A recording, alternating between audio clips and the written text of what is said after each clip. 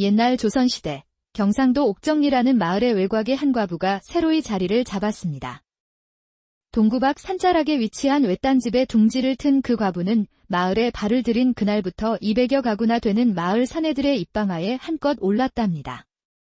동네 사람들은 그녀를 백과부라고 불렀지요.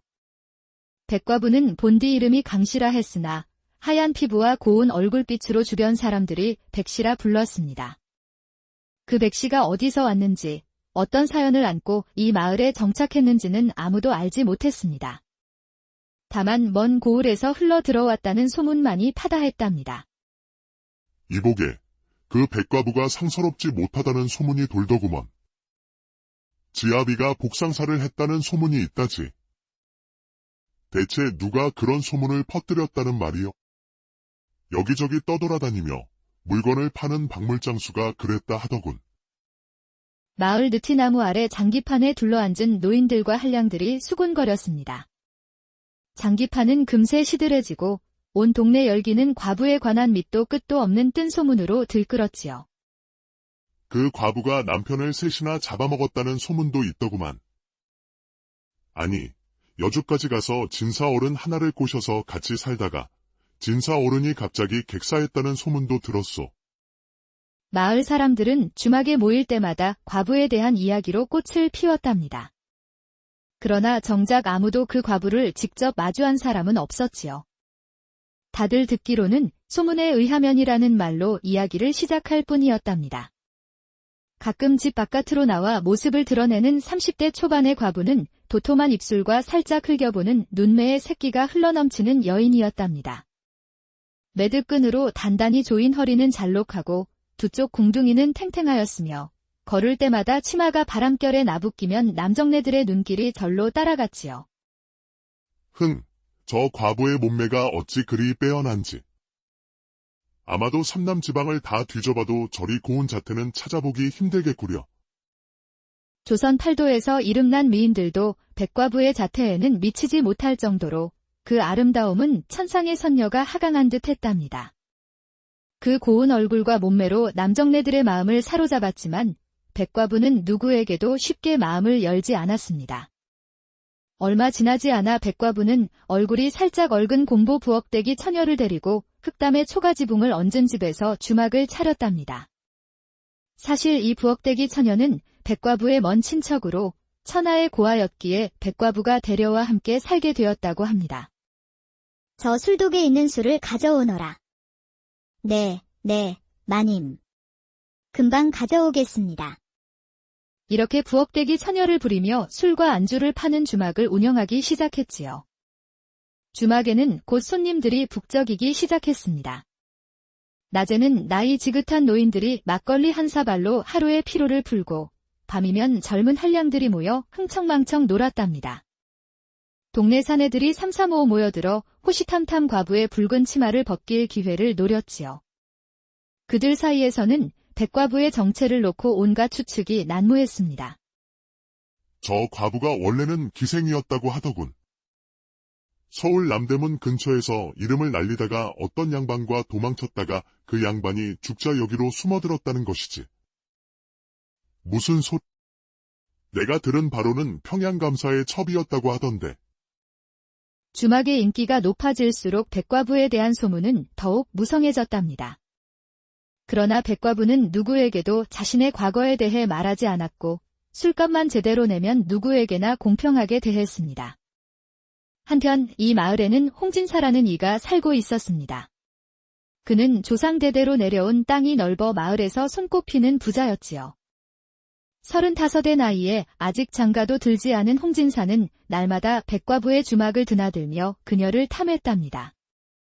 홍진사는 키가 훤칠하고 눈매가 날카로운 미남이었습니다. 어릴 적부터 총명하여 글 읽기를 좋아하고 과거 시험을 준비했으나 끝내 급제하지 못하고 향리에서 한량으로 지내고 있었지요. 문필이 뛰어나 마을의 크고 작은 일에 글을 지어주는 재주가 있었고 그 덕에 진사라는 호칭으로 불렸답니다. 저 홍진사는 원래 성격이 음흉하고 질투심이 많다오. 한 번은 이웃마을 정동네 딸을 마음에 두었는데 그 처자가 다른 사람과 혼인하자 밤중에 그 집 담장을 넘어 불을 지르려다 들켰다는 소문도 있지. 마을 사람들은 홍진사에 대해 그리 좋게 말하지 않았지만 그의 재력 때문에 누구도 함부로 대놓고 비난하지 못했답니다. 어느 날 홍진사는 친구들과 함께 백과부의 주막에 들렀습니다. 닭볶음탕 안주에 막걸리 서너 대를 마시던 홍진사는 술자리가 무르익자 갑자기 큰 소리로 말했지요. 오늘 내 기분이 좋구나. 자, 이 술값으로 쌀 한 가마니 값을 내겠소. 말과 함께 홍진사는 주머니에서 동전 꾸러미를 꺼내 백과부의 손에 쥐어 주었답니다. 주변에 있던 손님들은 모두 놀란 눈으로 바라보았지요. 어이구, 진사님. 이리 많은 돈을 어찌 받는답니까? 내가 기분이 좋아 그러는 것이니 별말 말고 받아두시게. 대신 오늘 밤 술이나 한 잔 더 하면 어떻겠는가? 백과부는 잠시 망설이는 듯하더니 이내 미소를 지으며 고개를 끄덕였답니다. 그날 밤 주막의 손님들이 모두 돌아간 후 홍진사는 백과부의 방에 들어가 온 밤을 함께 보냈답니다. 허나 이상한 일이 벌어졌지요. 새벽녘에야 집으로 돌아가던 홍진사가 마을 어귀 다리를 건너다 갑자기 다리에서 떨어져 다리에 부목을 대고 신음하며 누워야 했던 것입니다. 아이고. 이 다리를 어쩌면 좋을꼬. 그 과분의 집을 안 갔더라면 이런 변을 당하지 않았을 텐데. 홍진사의 신음소리에 마을 사람들이 모여들었고 이 소식은 금세 마을 전체에 퍼졌답니다. 백과부와 하룻밤을 보내고 다리를 다쳤다는 소문이 나자 사람들은 수군거리기 시작했지요. 과부의 집에 무슨 저주가 있는 게 아닐까? 그 여자의 남편들도 모두 그렇게 죽었다는 소문이 있었지. 그럼에도 불구하고 마을의 또 다른 부자인 곽초씨는 백과부의 매력을 이기지 못하고 그녀의 방문을 두드렸답니다. 곽초씨는 마을에서 소장농들에게 돈을 빌려주는 부호로 50이 넘은 나이에도 젊은 첩을 3명이나 두고 있던 호색한이었지요. 그는 원래 몰락한 양반의 아들로 태어났으나 어머니를 일찍 여의고 아버지의 손에서 자라 기생집과 술집을 드나들며 방탕한 생활을 했다고 합니다. 내 눈에 드는 여인이라면 하늘에 있는 선녀라도 끌어내리겠네. 이런 말을 입버릇처럼 하던 곽초씨는 백과부의 아름다움에 반해 그녀를 차지하겠다는 일념으로 주막을 찾았던 것입니다. 두 번째로 과부의 속치마를 벗긴 사람은 이 곽초씨였지요. 그런데 이게 웬일입니까? 곽초씨가 과부와 정을 나누고 있을 때 곽초씨의 외양간의 원인 모를 불이 나 외양간을 통째로 태워버리고 귀한 손은 놀라 달아나 버렸답니다. 이런 병고가 있나? 하필이면 내가 그 과부와 함께 있을 때 이런 일이 생기다니. 곽초씨는 허둥지둥 옷을 챙겨 입고 자신의 집으로 달려갔습니다. 외양간은 이미 잿더미가 되어 있었고 그의 가족들은 놀라 어쩔 줄 몰라 했답니다. 도대체 어떻게 된 일인지 모르겠네? 불이 저절로 붙었다는 건가? 아닙니다. 나으리, 어디선가 불을 지르는 사람의 그림자가 보였다고 합니다. 곽초씨의 입에서 흘러나온 소문이 삽시간에 마을 곳곳에 퍼져나갔습니다. 과부는 이불 속에서 상상을 초월하는 기교를 부리고 천하의 명기를 가졌다는 것이지요. 하지만 동시에 그녀와 밤을 보내면 재앙이 찾아온다는 불길한 소문도 함께 돌았답니다. 그 신묘한 기교라니 내 한평생 그런 여인은 처음 봤소. 마치 천년 묵은 여우가 사람으로 둔갑했다 할까. 그러나 그 맛을 본 대가로 내 외양간을 잃었으니.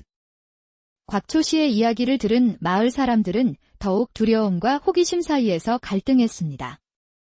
백과부의 주막은 여전히 손님들로 북적였지만 이제 아무도 그녀에게 더 이상의 접근을 시도하지 않았지요. 다만 멀리서 바라보며 한숨만 내쉬었습니다. 저런 여인을 품에 안아 볼 수 있다면 외양간 하나쯤이야. 그런 생각은 꿈도 꾸지 마시게. 다음은 자네의 집이 불타거나 아니면 자네 자신이 다칠 수도 있어. 닷새 만에 다리에 부목을 풀고 일어난 홍진사는 지팡이를 짚고 절룩거리며 다시 백과부의 주막으로 향했지요. 마을 사람들은 놀란 눈으로 그를 바라보았습니다. 저런. 홍진사가 또 백과부를 찾아가다니 정신이 나갔나? 아마도 그 과부의 매력에 빠져 정신을 차리지 못하는 모양이지. 홍진사는 아랑곳하지 않고 주막에 도착해서는 또다시 통 큰 술값을 내고 과부와 밤을 보냈답니다. 아이고, 진사님. 몸도 성치 않으신데 또 이리 오시다니요. 당신이 그리워 다리가 아파도 찾아왔다네. 당신의 모습을 보니 모든 고통이 사라지는 것만 같구려. 백과부는 미소를 지으며 홍진사를 자신의 방으로 안내했습니다. 그날 밤도 둘은 깊은 정을 나누었지요. 이튿날 또 이상한 일이 벌어졌습니다. 홍진사가 당달봉사가 되어버린 것이지요. 눈은 뜨고 있으나 앞이 보이지 않게 되었다는 것입니다. 지팡이를 더듬거리며 느티나무 아래로 찾아온 홍진사는 중얼거렸답니다. 백과부와 함께하면 재수가 없어. 내가 안 죽은 게 다행이지. 이 말을 들은 곽초신은 깜짝 놀라 눈이 휘둥그레졌지요. 맞소? 그 백과부는 옥문에 애군이 낀 여자라오. 그날 밤 우리 집 외양간에 불이 났었지. 백과부의 남편도 복상사를 했다지 않소. 그날 이후 아무도 백과부의 치마자락에 손을 대지 않았습니다. 열흘이 가고 보름이 가도 술만 마시고 갈 뿐 과부의 손목을 잡는 사람조차 없어진 것이지요. 백과부가 쓸쓸히 홀로 지내던 어느 달 밝은 밤, 당달봉사가 되었다는 홍진사가 몰래 찾아와 과부의 방문을 두드렸답니다.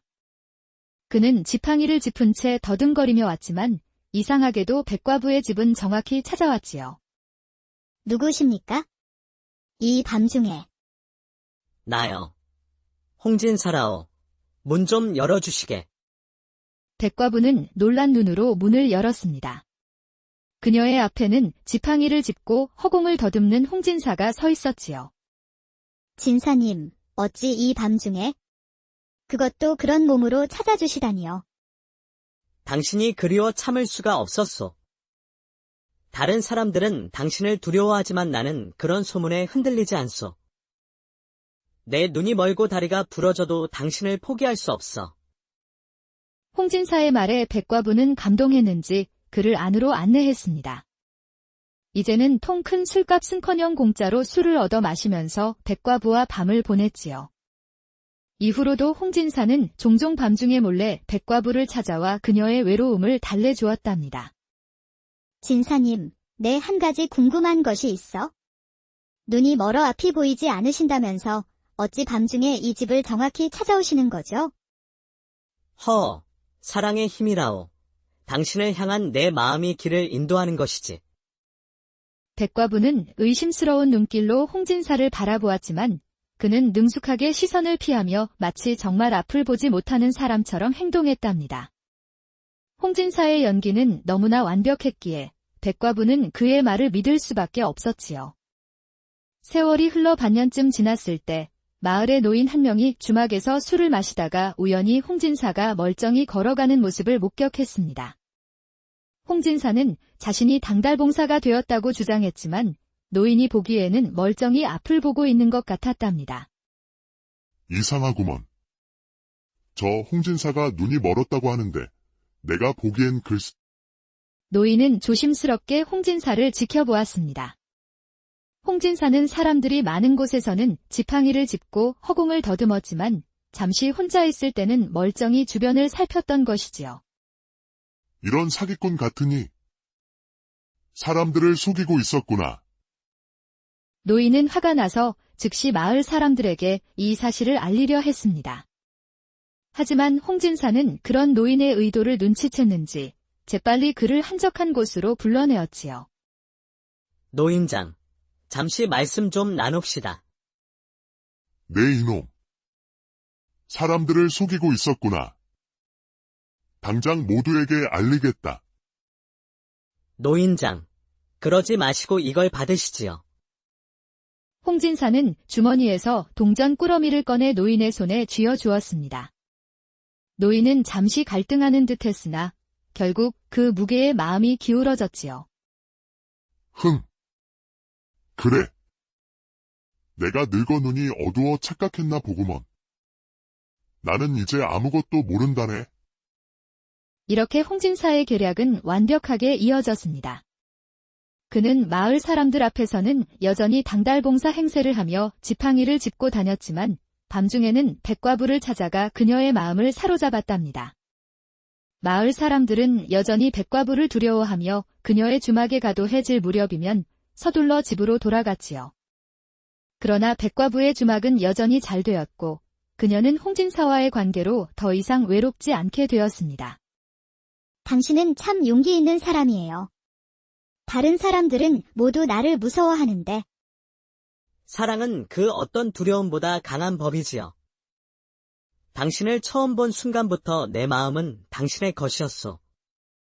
백과부는 홍진사의 달콤한 말에 완전히 넘어가 그를 진심으로 사랑하게 되었답니다. 그녀는 자신이 불행을 가져온다는 소문 때문에 다른 남자들이 자신을 피하는 것이 마음 아팠지만 적어도 홍진사만큼은 자신을 진심으로 아껴준다고 생각했지요. 한편 홍진사는 자신의 계략이 성공적으로 이루어지자 더욱 대담해졌습니다. 그는 이제 마을에서 적당히 거리를 둔 곳에서는 당달봉사 행세를 하지 않고 멀쩡히 돌아다니기도 했지요. 하지만 그가 백과부 주변에 있을 때나 주막 근처에서는 여전히 완벽한 연기를 이어갔답니다. 세월이 흘러 몇 년이 지났습니다. 이제 백과부와 홍진사는 마을에서 유명한 커플이 되었지요. 백과부가 주막을 운영하는 동안 홍진사는 그녀의 집에 머물며 비밀스러운 동거 생활을 했답니다. 마을 사람들은 여전히 백과부를 두려워했고 그녀가 홍진사를 불행하게 만들 것이라고 수군거렸지만 두 사람은 아랑곳하지 않았지요. 진사님, 사람들이 저를 두려워하는 것이 안타깝습니다. 제가 정말 불행을 가져온다고 생각하시나요? 그런 말은 모두 헛소문이요. 나는 당신과 함께한 이후로 더없이 행복하오. 비록 눈은 멀었지만 마음의 눈으로 당신의 아름다움을 볼 수 있으니 그것만으로도 충분하오. 백과부는 홍진사의 말에 위로를 얻었고 그의 진심 어린 사랑을 의심하지 않았습니다. 그녀는 자신이 주변 사람들에게 불행을 가져온다는 소문이 모두 우연의 일치일 뿐이라 스스로를 위로했지요. 어느 날 백과부는 주막을 정리하고 홍진사와 함께 다른 마을로 떠나고 싶다는 생각을 했습니다. 그녀는 이 마을에서의 안 좋은 소문을 뒤로하고 새로운 시작을 하고 싶었던 것이지요. 진사님, 우리 다른 곳으로 가서 새 삶을 시작하면 어떨까요? 이곳에서는 모두가 저를 두려워하니. 홍진사는 순간 당황했지만 곧 평정을 되찾았습니다. 아직은 때가 아니오. 내 상태가 이러하니 멀리 가기 어렵소. 그리고 당신의 주막이 잘 되고 있지 않소. 조금만 더 참으시오. 홍진사는 이 마을을 떠날 생각이 없었습니다. 이곳에서 그는 백과부를 독차지하는 동시에 다른 사람들의 존경도 받을 수 있었으니까요. 그가 당달봉사 행세를 하며 불편을 감수하는 용감한 남자로 알려졌기 때문이지요. 그래요. 진사님 말씀이 맞아요. 조금 더 기다려 볼게요. 백과부는 실망했지만 홍진사의 말에 순순히 따랐습니다. 그녀는 그를 너무 사랑한 나머지 자신의 소망보다 그의 의견을 더 중요시했답니다. 세월이 더 흘러 홍진사와 백과부는 점점 나이가 들었지요. 홍진사는 이제 그렇게 철저하게 연기하지 않아도 되었습니다. 사람들은 그가 당달봉사라는 사실을 당연하게 받아들였고 이 마을에서는 누구도 그의 비밀을 의심하지 않았으니까요. 홍진사와 백과부가 함께 살기 시작한 지도 벌써 10년이 넘었구먼. 정말 용감한 사람이야. 그러게 말일세. 그 과부의 저주를 견디다니. 홍진사는 정말 대단한 사람이지. 마을 사람들은 여전히 백과부를 두려워했지만 홍진사를 존경했답니다. 그의 희생이 대단하다고 여겼지요. 그러나 정작 당사자인 홍진사는 백과부의 미모와 재산을 독차지하며 안락한 삶을 살고 있었답니다. 오늘도 사람들이 날 불쌍히 여기고 있구먼? 내가 누구보다 행복한 삶을 살고 있다는 걸 그 누가 알겠는가? 홍진사는 혼자 있을 때면 이렇게 중얼거리며 자신의 교활함에 뿌듯해했습니다. 그는 평생 백과부를 속이며 그녀의 재산과 사랑을 누리는 것에 조금의 죄책감도 느끼지 않았지요. 백과부는 끝내 홍진사의 진실을 알지 못한 채 그를 진심으로 사랑하며 살았습니다. 그녀는 자신이 불행을 가져온다는 소문 속에서도 홍진사만큼은 진심으로 자신을 아껴준다고 믿으며 위안을 얻었지요. 진사님, 당신만이 내 진정한 편이에요. 모두가 나를 두려워해도 당신만은 내 곁에 있어 주었어요. 당연하지요. 내가 당신을 얼마나 사랑하는데. 홍진사는 이렇게 말하면서도 속으로는 교활한 웃음을 지었습니다. 그는 자신만의 편안한 삶을 위해 한 여인의 인생을 속임수로 가득 채웠지만 그 누구도 옛날 조선시대 경상도 옥정리라는 마을의 외곽의 한 과부가 새로이 자리를 잡았습니다. 동구 밖 산자락에 위치한 외딴집에 둥지를 튼 그 과부는 마을에 발을 들인 그날부터 200여 가구나 되는 마을 사내들의 입방아에 한껏 올랐답니다. 동네 사람들은 그녀를 백과부라고 불렀지요. 백과부는 본디 이름이 강씨라 했으나 하얀 피부와 고운 얼굴빛으로 주변 사람들이 백씨라 불렀습니다. 그 백씨가 어디서 왔는지, 어떤 사연을 안고 이 마을에 정착했는지는 아무도 알지 못했습니다. 다만 먼 고을에서 흘러 들어왔다는 소문만이 파다했답니다. 이복에 그 백과부가 상서롭지 못하다는 소문이 돌더구먼. 지아비가 복상사를 했다는 소문이 있다지. 대체 누가 그런 소문을 퍼뜨렸다는 말이요? 여기저기 떠돌아다니며 물건을 파는 박물장수가 그랬다 하더군. 마을 느티나무 아래 장기판에 둘러앉은 노인들과 한량들이 수군거렸습니다. 장기판은 금세 시들해지고 온 동네 열기는 과부에 관한 밑도 끝도 없는 뜬 소문으로 들끓었지요. 그 과부가 남편을 셋이나 잡아먹었다는 소문도 있더구만. 아니, 여주까지 가서 진사 어른 하나를 꼬셔서 같이 살다가 진사 어른이 갑자기 객사했다는 소문도 들었소. 마을 사람들은 주막에 모일 때마다 과부에 대한 이야기로 꽃을 피웠답니다. 그러나 정작 아무도 그 과부를 직접 마주한 사람은 없었지요. 다들 듣기로는 소문에 의하면이라는 말로 이야기를 시작할 뿐이었답니다. 가끔 집 바깥으로 나와 모습을 드러내는 30대 초반의 과부는 도톰한 입술과 살짝 흘겨보는 눈매의 새끼가 흘러넘치는 여인이었답니다. 매듭끈으로 단단히 조인 허리는 잘록하고 두 쪽 궁둥이는 탱탱하였으며 걸을 때마다 치마가 바람결에 나부끼면 남정네들의 눈길이 절로 따라갔지요. 저 과부의 몸매가 어찌 그리 빼어난지. 아마도 삼남 지방을 다 뒤져봐도 저리 고운 자태는 찾아보기 힘들겠구려.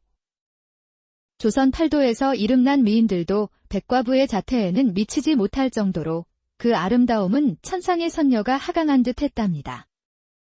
그 고운 얼굴과 몸매로 남정네들의 마음을 사로잡았지만 백과부는 누구에게도 쉽게 마음을 열지 않았습니다. 얼마 지나지 않아 백과부는 얼굴이 살짝 얼근 공보 부엌대기 처녀를 데리고 흑담의 초가지붕을 얹은 집에서 주막을 차렸답니다. 사실 이 부엌대기 처녀는 백과부의 먼 친척으로 천하의 고아였기에 백과부가 데려와 함께 살게 되었다고 합니다. 저 술독에 있는 술을 가져오너라. 네, 마님. 금방 가져오겠습니다. 이렇게 부엌대기 처녀를 부리며 술과 안주를 파는 주막을 운영하기 시작했지요. 주막에는 곧 손님들이 북적이기 시작했습니다. 낮에는 나이 지긋한 노인들이 막걸리 한 사발로 하루의 피로를 풀고 밤이면 젊은 한량들이 모여 흥청망청 놀았답니다. 동네 사내들이 삼삼오오 모여들어 호시탐탐 과부의 붉은 치마를 벗길 기회를 노렸지요. 그들 사이에서는 백과부의 정체를 놓고 온갖 추측이 난무했습니다. 저 과부가 원래는 기생이었다고 하더군. 서울 남대문 근처에서 이름을 날리다가 어떤 양반과 도망쳤다가 그 양반이 죽자 여기로 숨어들었다는 것이지. 무슨 소... 내가 들은 바로는 평양감사의 첩이었다고 하던데. 주막의 인기가 높아질수록 백과부에 대한 소문은 더욱 무성해졌답니다. 그러나 백과부는 누구에게도 자신의 과거에 대해 말하지 않았고 술값만 제대로 내면 누구에게나 공평하게 대했습니다. 한편 이 마을에는 홍진사라는 이가 살고 있었습니다. 그는 조상대대로 내려온 땅이 넓어 마을에서 손꼽히는 부자였지요. 35의 나이에 아직 장가도 들지 않은 홍진사는 날마다 백과부의 주막을 드나들며 그녀를 탐했답니다. 홍진사는 키가 훤칠하고 눈매가 날카로운 미남이었습니다. 어릴 적부터 총명하여 글 읽기를 좋아하고 과거 시험을 준비했으나 끝내 급제하지 못하고 향리에서 한량으로 지내고 있었지요. 문필이 뛰어나 마을의 크고 작은 일에 글을 지어주는 재주가 있었고 그 덕에 진사라는 호칭으로 불렸답니다. 저 홍진사는 원래 성격이 음흉하고 질투심이 많다오. 한 번은 이웃마을 정동네 딸을 마음에 두었는데 그 처자가 다른 사람과 혼인하자 밤중에 그 집 담장을 넘어 불을 지르려다 들켰다는 소문도 있지. 마을 사람들은 홍진사에 대해 그리 좋게 말하지 않았지만 그의 재력 때문에 누구도 함부로 대놓고 비난하지 못했답니다.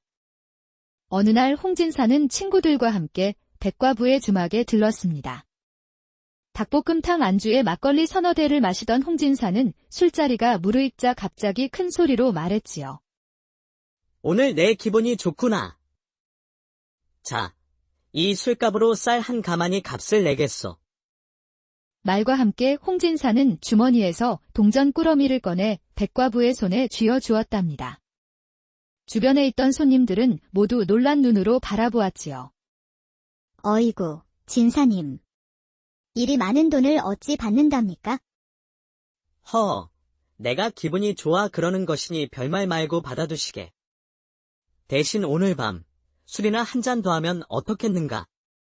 백과부는 잠시 망설이는 듯하더니 이내 미소를 지으며 고개를 끄덕였답니다. 그날 밤 주막의 손님들이 모두 돌아간 후 홍진사는 백과부의 방에 들어가 온 밤을 함께 보냈답니다. 허나 이상한 일이 벌어졌지요.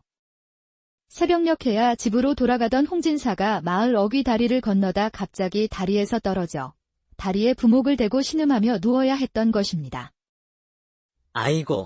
아이고. 이 다리를 어쩌면 좋을꼬. 그 과분의 집을 안 갔더라면 이런 변을 당하지 않았을 텐데.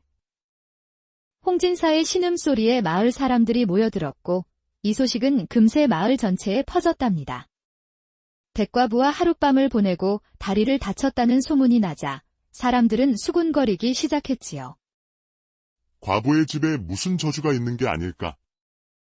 그 여자의 남편들도 모두 그렇게 죽었다는 소문이 있었지. 그럼에도 불구하고 마을의 또 다른 부자인 곽초씨는 백과부의 매력을 이기지 못하고 그녀의 방문을 두드렸답니다. 곽초씨는 마을에서 소장농들에게 돈을 빌려주는 부호로 50이 넘은 나이에도 젊은 첩을 3명이나 두고 있던 호색한이었지요. 그는 원래 몰락한 양반의 아들로 태어났으나 어머니를 일찍 여의고 아버지의 손에서 자라 기생집과 술집을 드나들며 방탕한 생활을 했다고 합니다. 내 눈에 드는 여인이라면 하늘에 있는 선녀라도 끌어내리겠네. 이런 말을 입버릇처럼 하던 곽초씨는 백과부의 아름다움에 반해 그녀를 차지하겠다는 일념으로 주막을 찾았던 것입니다. 두 번째로 과부의 속치마를 벗긴 사람은 이 곽초씨였지요. 그런데 이게 웬일입니까? 곽초씨가 과부와 정을 나누고 있을 때 곽초씨의 외양간의 원인 모를 불이 나 외양간을 통째로 태워버리고 귀한 손은 놀라 달아나 버렸답니다. 이런 병고가 있나? 하필이면 내가 그 과부와 함께 있을 때 이런 일이 생기다니. 곽초씨는 허둥지둥 옷을 챙겨 입고 자신의 집으로 달려갔습니다. 외양간은 이미 잿더미가 되어 있었고 그의 가족들은 놀라 어쩔 줄 몰라 했답니다.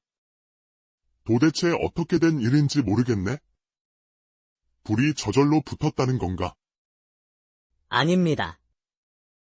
나으리, 어디선가 불을 지르는 사람의 그림자가 보였다고 합니다. 곽초씨의 입에서 흘러나온 소문이 삽시간에 마을 곳곳에 퍼져나갔습니다. 과부는 이불 속에서 상상을 초월하는 기교를 부리고 천하의 명기를 가졌다는 것이지요. 하지만 동시에 그녀와 밤을 보내면 재앙이 찾아온다는 불길한 소문도 함께 돌았답니다. 그 신묘한 기교라니 내 한평생 그런 여인은 처음 봤소. 마치 천년 묵은 여우가 사람으로 둔갑했다 할까. 그러나 그 맛을 본 대가로 내 외양간을 잃었으니 곽초 씨의 이야기를 들은 마을 사람들은 더욱 두려움과 호기심 사이에서 갈등했습니다. 백과부의 주막은 여전히 손님들로 북적였지만 이제 아무도 그녀에게 더 이상의 접근을 시도하지 않았지요. 다만 멀리서 바라보며 한숨만 내쉬었습니다. 저런 여인을 품에 안아 볼 수 있다면 외양간 하나쯤이야. 그런 생각은 꿈도 꾸지 마시게. 다음은 자네의 집이 불타거나 아니면 자네 자신이 다칠 수도 있어. 닷새 만에 다리에 부목을 풀고 일어난 홍진사는 지팡이를 짚고 절룩거리며 다시 백과부의 주막으로 향했지요. 마을 사람들은 놀란 눈으로 그를 바라보았습니다. 저런. 홍진사가 또 백과부를 찾아가다니 정신이 나갔나? 아마도 그 과부의 매력에 빠져 정신을 차리지 못하는 모양이지. 홍진사는 아랑곳하지 않고 주막에 도착해서는 또다시 통 큰 술값을 내고 과부와 밤을 보냈답니다. 아이고, 진사님. 몸도 성치 않으신데 또 이리 오시다니요. 당신이 그리워 다리가 아파도 찾아왔다네. 당신의 모습을 보니 모든 고통이 사라지는 것만 같구려. 백과부는 미소를 지으며 홍진사를 자신의 방으로 안내했습니다. 그날 밤도 둘은 깊은 정을 나누었지요. 이튿날 또 이상한 일이 벌어졌습니다. 홍진사가 당달봉사가 되어버린 것이지요. 눈은 뜨고 있으나 앞이 보이지 않게 되었다는 것입니다. 지팡이를 더듬거리며 느티나무 아래로 찾아온 홍진사는 중얼거렸답니다. 백과부와 함께하면 재수가 없어. 내가 안 죽은 게 다행이지. 이 말을 들은 곽초씨는 깜짝 놀라 눈이 휘둥그레졌지요. 맞소? 그 백과부는 옥문에 애군이 낀 여자라오. 그날 밤 우리 집 외양간에 불이 났었지. 백과부의 남편도 복상사를 했다지 않소. 그날 이후 아무도 백과부의 치마자락에 손을 대지 않았습니다. 열흘이 가고 보름이 가도 술만 마시고 갈 뿐 과부의 손목을 잡는 사람조차 없어진 것이지요. 백과부가 쓸쓸히 홀로 지내던 어느 달 밝은 밤, 당달봉사가 되었다는 홍진사가 몰래 찾아와 과부의 방문을 두드렸답니다. 그는 지팡이를 짚은 채 더듬거리며 왔지만 이상하게도 백과부의 집은 정확히 찾아왔지요. 누구십니까? 이 밤중에. 나요. 홍진사라오. 문 좀 열어주시게. 백과부는 놀란 눈으로 문을 열었습니다. 그녀의 앞에는 지팡이를 짚고 허공을 더듬는 홍진사가 서 있었지요. 진사님, 어찌 이 밤중에? 그것도 그런 몸으로 찾아주시다니요. 당신이 그리워 참을 수가 없었소. 다른 사람들은 당신을 두려워하지만 나는 그런 소문에 흔들리지 않소. 내 눈이 멀고 다리가 부러져도 당신을 포기할 수 없어. 홍진사의 말에 백과부는 감동했는지 그를 안으로 안내했습니다. 이제는 통 큰 술값은커녕 공짜로 술을 얻어 마시면서 백과부와 밤을 보냈지요. 이후로도 홍진사는 종종 밤중에 몰래 백과부를 찾아와 그녀의 외로움을 달래주었답니다. 진사님, 내 한 가지 궁금한 것이 있어.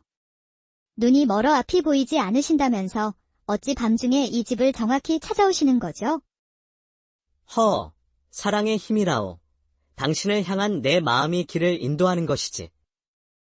백과부는 의심스러운 눈길로 홍진사를 바라보았지만 그는 능숙하게 시선을 피하며 마치 정말 앞을 보지 못하는 사람처럼 행동했답니다. 홍진사의 연기는 너무나 완벽했기에 백과부는 그의 말을 믿을 수밖에 없었지요. 세월이 흘러 반년쯤 지났을 때 마을의 노인 한 명이 주막에서 술을 마시다가 우연히 홍진사가 멀쩡히 걸어가는 모습을 목격했습니다. 홍진사는 자신이 당달봉사가 되었다고 주장했지만 노인이 보기에는 멀쩡히 앞을 보고 있는 것 같았답니다. 이상하구먼. 저 홍진사가 눈이 멀었다고 하는데 내가 보기엔 글쎄. 노인은 조심스럽게 홍진사를 지켜보았습니다. 홍진사는 사람들이 많은 곳에서는 지팡이를 짚고 허공을 더듬었지만 잠시 혼자 있을 때는 멀쩡히 주변을 살폈던 것이지요. 이런 사기꾼 같으니 사람들을 속이고 있었구나. 노인은 화가 나서 즉시 마을 사람들에게 이 사실을 알리려 했습니다. 하지만 홍진사는 그런 노인의 의도를 눈치챘는지 재빨리 그를 한적한 곳으로 불러내었지요. 노인장, 잠시 말씀 좀 나눕시다. 네 이놈. 사람들을 속이고 있었구나. 당장 모두에게 알리겠다. 노인장, 그러지 마시고 이걸 받으시지요. 홍진사는 주머니에서 동전 꾸러미를 꺼내 노인의 손에 쥐어주었습니다. 노인은 잠시 갈등하는 듯 했으나 결국 그 무게에 마음이 기울어졌지요. 흥. 그래. 내가 늙어 눈이 어두워 착각했나 보구먼. 나는 이제 아무것도 모른다네. 이렇게 홍진사의 계략은 완벽하게 이어졌습니다. 그는 마을 사람들 앞에서는 여전히 당달봉사 행세를 하며 지팡이를 짚고 다녔지만 밤중에는 백과부를 찾아가 그녀의 마음을 사로잡았답니다. 마을 사람들은 여전히 백과부를 두려워하며 그녀의 주막에 가도 해질 무렵이면 서둘러 집으로 돌아갔지요. 그러나 백과부의 주막은 여전히 잘 되었고 그녀는 홍진사와의 관계로 더 이상 외롭지 않게 되었습니다. 당신은 참 용기 있는 사람이에요. 다른 사람들은 모두 나를 무서워하는데 사랑은 그 어떤 두려움보다 강한 법이지요. 당신을 처음 본 순간부터 내 마음은 당신의 것이었소. 백과부는 홍진사의 달콤한 말에 완전히 넘어가 그를 진심으로 사랑하게 되었답니다. 그녀는 자신이 불행을 가져온다는 소문 때문에 다른 남자들이 자신을 피하는 것이 마음 아팠지만 적어도 홍진사만큼은 자신을 진심으로 아껴준다고 생각했지요. 한편 홍진사는 자신의 계략이 성공적으로 이루어지자 더욱 대담해졌습니다. 그는 이제 마을에서 적당히 거리를 둔 곳에서는 당달봉사 행세를 하지 않고 멀쩡히 돌아다니기도 했지요. 하지만 그가 백과부 주변에 있을 때나 주막 근처에서는 여전히 완벽한 연기를 이어갔답니다. 세월이 흘러 몇 년이 지났습니다. 이제 백과부와 홍진사는 마을에서 유명한 커플이 되었지요.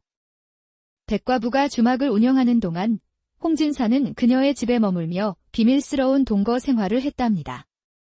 마을 사람들은 여전히 백과부를 두려워했고 그녀가 홍진사를 불행하게 만들 것이라고 수군거렸지만 두 사람은 아랑곳하지 않았지요. 진사님, 사람들이 저를 두려워하는 것이 안타깝습니다. 제가 정말 불행을 가져온다고 생각하시나요? 그런 말은 모두 헛소문이요. 나는 당신과 함께한 이후로 더없이 행복하오. 비록 눈은 멀었지만 마음의 눈으로 당신의 아름다움을 볼 수 있으니 그것만으로도 충분하오. 백과부는 홍진사의 말에 위로를 얻었고 그의 진심 어린 사랑을 의심하지 않았습니다. 그녀는 자신이 주변 사람들에게 불행을 가져온다는 소문이 모두 우연의 일치일 뿐이라 스스로를 위로했지요. 어느 날 백과부는 주막을 정리하고 홍진사와 함께 다른 마을로 떠나고 싶다는 생각을 했습니다. 그녀는 이 마을에서의 안 좋은 소문을 뒤로하고 새로운 시작을 하고 싶었던 것이지요. 진사님, 우리 다른 곳으로 가서 새 삶을 시작하면 어떨까요? 이곳에서는 모두가 저를 두려워하니. 홍진사는 순간 당황했지만 곧 평정을 되찾았습니다. 아직은 때가 아니오. 내 상태가 이러하니 멀리 가기 어렵소. 그리고 당신의 주막이 잘 되고 있지 않소. 조금만 더 참으시오. 홍진사는 이 마을을 떠날 생각이 없었습니다. 이곳에서 그는 백과부를 독차지하는 동시에 다른 사람들의 존경도 받을 수 있었으니까요. 그가 당달봉사 행세를 하며 불편을 감수하는 용감한 남자로 알려졌기 때문이지요. 그래요. 진사님 말씀이 맞아요. 조금 더 기다려 볼게요. 백과부는 실망했지만 홍진사의 말에 순순히 따랐습니다. 그녀는 그를 너무 사랑한 나머지 자신의 소망보다 그의 의견을 더 중요시했답니다. 세월이 더 흘러 홍진사와 백과부는 점점 나이가 들었지요. 홍진사는 이제 그렇게 철저하게 연기하지 않아도 되었습니다. 사람들은 그가 당달봉사라는 사실을 당연하게 받아들였고, 이 마을에서는 누구도 그의 비밀을 의심하지 않았으니까요. 홍진사와 백과부가 함께 살기 시작한 지도 벌써 10년이 넘었구먼. 정말 용감한 사람이야. 그러게 말일세. 그 과부의 저주를 견디다니. 홍진사는 정말 대단한 사람이지. 마을 사람들은 여전히 백과부를 두려워했지만 홍진사를 존경했답니다. 그의 희생이 대단하다고 여겼지요. 그러나 정작 당사자인 홍진사는 백과부의 미모와 재산을 독차지하며 안락한 삶을 살고 있었답니다. 오늘도 사람들이 날 불쌍히 여기고 있구먼? 내가 누구보다 행복한 삶을 살고 있다는 걸 그 누가 알겠는가? 홍진사는 혼자 있을 때면 이렇게 중얼거리며 자신의 교활함에 뿌듯해했습니다. 그는 평생 백과부를 속이며 그녀의 재산과 사랑을 누리는 것에 조금의 죄책감도 느끼지 않았지요. 백과부는 끝내 홍진사의 진실을 알지 못한 채 그를 진심으로 사랑하며 살았습니다. 그녀는 자신이 불행을 가져온다는 소문 속에서도 홍진사만큼은 진심으로 자신을 아껴준다고 믿으며 위안을 얻었지요. 진사님, 당신만이 내 진정한 편이에요. 모두가 나를 두려워해도 당신만은 내 곁에 있어 주었어요. 당연하지요. 내가 당신을 얼마나 사랑하는데. 홍진사는 이렇게 말하면서도 속으로는 교활한 웃음을 지었습니다. 그는 자신만의 편안한 삶을 위해 한 여인의 인생을 속임수로 가득 채웠지만 그 누구도 옛날 조선시대 경상도 옥정리라는 마을의 외곽의 한 과부가 새로이 자리를 잡았습니다. 동구 밖 산자락에 위치한 외딴집에 둥지를 튼 그 과부는 마을에 발을 들인 그날부터 200여 가구나 되는 마을 사내들의 입방아에 한껏 올랐답니다. 동네 사람들은 그녀를 백과부라고 불렀지요. 백과부는 본디 이름이 강씨라 했으나 하얀 피부와 고운 얼굴빛으로 주변 사람들이 백씨라 불렀습니다. 그 백씨가 어디서 왔는지, 어떤 사연을 안고 이 마을에 정착했는지는 아무도 알지 못했습니다. 다만 먼 고을에서 흘러 들어왔다는 소문만이 타다했답니다. 이보게, 그 백과부가 상서롭지 못하다는 소문이 돌더구먼. 지아비가 복상사를 했다는 소문이 있다지. 대체 누가 그런 소문을 퍼뜨렸다는 말이요? 여기저기 떠돌아다니며 물건을 파는 박물장수가 그랬다 하더군. 마을 느티나무 아래 장기판에 둘러앉은 노인들과 한량들이 수군거렸습니다. 장기판은 금세 시들해지고 온 동네 열기는 과부에 관한 밑도 끝도 없는 뜬 소문으로 들끓었지요. 그 과부가 남편을 셋이나 잡아먹었다는 소문도 있더구만. 아니, 여주까지 가서 진사어른 하나를 꼬셔서 같이 살다가 진사어른이 갑자기 객사했다는 소문도 들었소. 마을 사람들은 주막에 모일 때마다 과부에 대한 이야기로 꽃을 피웠답니다. 그러나 정작 아무도 그 과부를 직접 마주한 사람은 없었지요. 다들 듣기로는 소문에 의하면이라는 말로 이야기를 시작할 뿐이었답니다. 가끔 집 바깥으로 나와 모습을 드러내는 30대 초반의 과부는 도톰한 입술과 살짝 흘겨보는 눈매의 새끼가 흘러넘치는 여인이었답니다. 매듭끈으로 단단히 조인 허리는 잘록하고 두 쪽 궁둥이는 탱탱하였으며 걸을 때마다 치마가 바람결에 나부끼면 남정네들의 눈길이 절로 따라갔지요. 저 과부의 몸매가 어찌 그리 빼어난지. 아마도 삼남 지방을 다 뒤져봐도 저리 고운 자태는 찾아보기 힘들겠구려. 조선 팔도에서 이름난 미인들도 백과부의 자태에는 미치지 못할 정도로 그 아름다움은 천상의 선녀가 하강한 듯 했답니다. 그 고운 얼굴과 몸매로 남정네들의 마음을 사로잡았지만 백과부는 누구에게도 쉽게 마음을 열지 않았습니다. 얼마 지나지 않아 백과부는 얼굴이 살짝 얼근 공보 부엌대기 처녀를 데리고 흑담의 초가지붕을 얹은 집에서 주막을 차렸답니다. 사실 이 부엌대기 처녀는 백과부의 먼 친척으로 천하의 고아였기에 백과부가 데려와 함께 살게 되었다고 합니다. 저 술독에 있는 술을 가져오너라. 네, 마님. 금방 가져오겠습니다. 이렇게 부엌대기 처녀를 부리며 술과 안주를 파는 주막을 운영하기 시작했지요. 주막에는 곧 손님들이 북적이기 시작했습니다. 낮에는 나이 지긋한 노인들이 막걸리 한 사발로 하루의 피로를 풀고 밤이면 젊은 한량들이 모여 흥청망청 놀았답니다. 동네 사내들이 삼삼오오 모여들어 호시탐탐 과부의 붉은 치마를 벗길 기회를 노렸지요. 그들 사이에서는 백과부의 정체를 놓고 온갖 추측이 난무했습니다.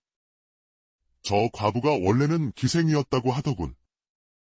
서울 남대문 근처에서 이름을 날리다가 어떤 양반과 도망쳤다가 그 양반이 죽자 여기로 숨어들었다는 것이지. 무슨 내가 들은 바로는 평양감사의 첩이었다고 하던데. 주막의 인기가 높아질수록 백과부에 대한 소문은 더욱 무성해졌답니다. 그러나 백과부는 누구에게도 자신의 과거에 대해 말하지 않았고 술값만 제대로 내면 누구에게나 공평하게 대했습니다. 한편 이 마을에는 홍진사라는 이가 살고 있었습니다. 그는 조상대대로 내려온 땅이 넓어 마을에서 손꼽히는 부자였지요. 35의 나이에 아직 장가도 들지 않은 홍진사는 날마다 백과부의 주막을 드나들며 그녀를 탐했답니다. 홍진사는 키가 훤칠하고 눈매가 날카로운 미남이었습니다. 어릴 적부터 총명하여 글 읽기를 좋아하고 과거 시험을 준비했으나 끝내 급제하지 못하고 향리에서 한량으로 지내고 있었지요. 문필이 뛰어나 마을의 크고 작은 일에 글을 지어주는 재주가 있었고 그 덕에 진사라는 호칭으로 불렸답니다. 저 홍진사는 원래 성격이 음흉하고 질투심이 많다오. 한 번은 이웃마을 정동네 딸을 마음에 두었는데 그 처자가 다른 사람과 혼인하자 밤중에 그 집 담장을 넘어 불을 지르려다 들켰다는 소문도 있지. 마을 사람들은 홍진사에 대해 그리 좋게 말하지 않았지만 그의 재력 때문에 누구도 함부로 대놓고 비난하지 못했답니다.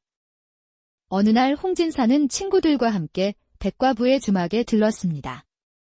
닭볶음탕 안주에 막걸리 서너 대를 마시던 홍진사는 술자리가 무르익자 갑자기 큰 소리로 말했지요. 오늘 내 기분이 좋구나. 자, 이 술값으로 쌀 한 가마니 값을 내겠어. 말과 함께 홍진사는 주머니에서 동전 꾸러미를 꺼내 백과부의 손에 쥐어주었답니다. 주변에 있던 손님들은 모두 놀란 눈으로 바라보았지요. 어이구, 진사님. 이리 많은 돈을 어찌 받는답니까? 내가 기분이 좋아 그러는 것이니 별말 말고 받아두시게. 대신 오늘 밤 술이나 한 잔 더 하면 어떻겠는가? 백과부는 잠시 망설이는 듯하더니 이내 미소를 지으며 고개를 끄덕였답니다. 그날 밤 주막의 손님들이 모두 돌아간 후 홍진사는 백과부의 방에 들어가 온 밤을 함께 보냈답니다. 허나 이상한 일이 벌어졌지요. 새벽녘에야 집으로 돌아가던 홍진사가 마을 어귀 다리를 건너다 갑자기 다리에서 떨어져 다리에 부목을 대고 신음하며 누워야 했던 것입니다. 아이고. 이 다리를 어쩌면 좋을꼬. 그 과분의 집을 안 갔더라면 이런 변을 당하지 않았을 텐데. 홍진사의 신음소리에 마을 사람들이 모여들었고 이 소식은 금세 마을 전체에 퍼졌답니다. 백과부와 하룻밤을 보내고 다리를 다쳤다는 소문이 나자 사람들은 수군거리기 시작했지요. 과부의 집에 무슨 저주가 있는 게 아닐까? 그 여자의 남편들도 모두 그렇게 죽었다는 소문이 있었지. 그럼에도 불구하고 마을의 또 다른 부자인 곽초씨는 백과부의 매력을 이기지 못하고 그녀의 방문을 두드렸답니다. 곽초씨는 마을에서 소장농들에게 돈을 빌려주는 부호로 50이 넘은 나이에도 젊은 첩을 3명이나 두고 있던 호색한이었지요. 그는 원래 몰락한 양반의 아들로 태어났으나 어머니를 일찍 여의고 아버지의 손에서 자라 기생집과 술집을 드나들며 방탕한 생활을 했다고 합니다. 내 눈에 드는 여인이라면 하늘에 있는 선녀라도 끌어내리겠네. 이런 말을 입버릇처럼 하던 곽초씨는 백과부의 아름다움에 반해 그녀를 차지하겠다는 일념으로 주막을 찾았던 것입니다. 두 번째로 과부의 속치마를 벗긴 사람은 이 곽초씨였지요. 그런데 이게 웬일입니까? 곽초씨가 과부와 정을 나누고 있을 때 곽초씨의 외양간의 원인 모를 불이 나 외양간을 통째로 태워버리고 귀한 손은 놀라 달아나 버렸답니다. 이런 병고가 있나? 하필이면 내가 그 과부와 함께 있을 때 이런 일이 생기다니. 곽초 씨는 허둥지둥 옷을 챙겨 입고 자신의 집으로 달려갔습니다. 외양간은 이미 잿더미가 되어 있었고 그의 가족들은 놀라 어쩔 줄 몰라 했답니다. 도대체 어떻게 된 일인지 모르겠네? 불이 저절로 붙었다는 건가? 아닙니다. 나으리, 어디선가 불을 지르는 사람의 그림자가 보였다고 합니다. 곽초 씨의 입에서 흘러나온 소문이 삽시간에 마을 곳곳에 퍼져나갔습니다. 과부는 이불 속에서 상상을 초월하는 기교를 부리고 천하의 명기를 가졌다는 것이지요. 하지만 동시에 그녀와 밤을 보내면 재앙이 찾아온다는 불길한 소문도 함께 돌았답니다. 그 신묘한 기교라니, 내 한평생 그런 여인은 처음 봤소. 마치 천년 묵은 여우가 사람으로 둔갑했다 할까. 그러나 그 맛을 본 대가로 내 외양간을 잃었으니. 곽초 씨의 이야기를 들은 마을 사람들은 더욱 두려움과 호기심 사이에서 갈등했습니다. 백과부의 주막은 여전히 손님들로 북적였지만 이제 아무도 그녀에게 더 이상의 접근을 시도하지 않았지요. 다만 멀리서 바라보며 한숨만 내쉬었습니다. 저런 여인을 품에 안아 볼 수 있다면 외양간 하나쯤이야. 그런 생각은 꿈도 꾸지 마시게. 다음은 자네의 집이 불타거나 아니면 자네 자신이 다칠 수도 있어. 닷새 만에 다리에 부목을 풀고 일어난 홍진사는 지팡이를 짚고 절룩거리며 다시 백과부의 주막으로 향했지요. 마을 사람들은 놀란 눈으로 그를 바라보았습니다. 저런. 홍진사가 또 백과부를 찾아가다니 정신이 나갔나? 아마도 그 과부의 매력에 빠져 정신을 차리지 못하는 모양이지. 홍진사는 아랑곳하지 않고 주막에 도착해서는 또다시 통 큰 술값을 내고 과부와 밤을 보냈답니다. 아이고, 진사님. 몸도 성치 않으신데 또 이리 오시다니요. 당신이 그리워 다리가 아파도 찾아왔다네. 당신의 모습을 보니 모든 고통이 사라지는 것만 같구려. 백과부는 미소를 지으며 홍진사를 자신의 방으로 안내했습니다. 그날 밤도 둘은 깊은 정을 나누었지요. 이튿날 또 이상한 일이 벌어졌습니다. 홍진사가 당달봉사가 되어버린 것이지요. 눈은 뜨고 있으나 앞이 보이지 않게 되었다는 것입니다. 지팡이를 더듬거리며 느티나무 아래로 찾아온 홍진사는 중얼거렸답니다.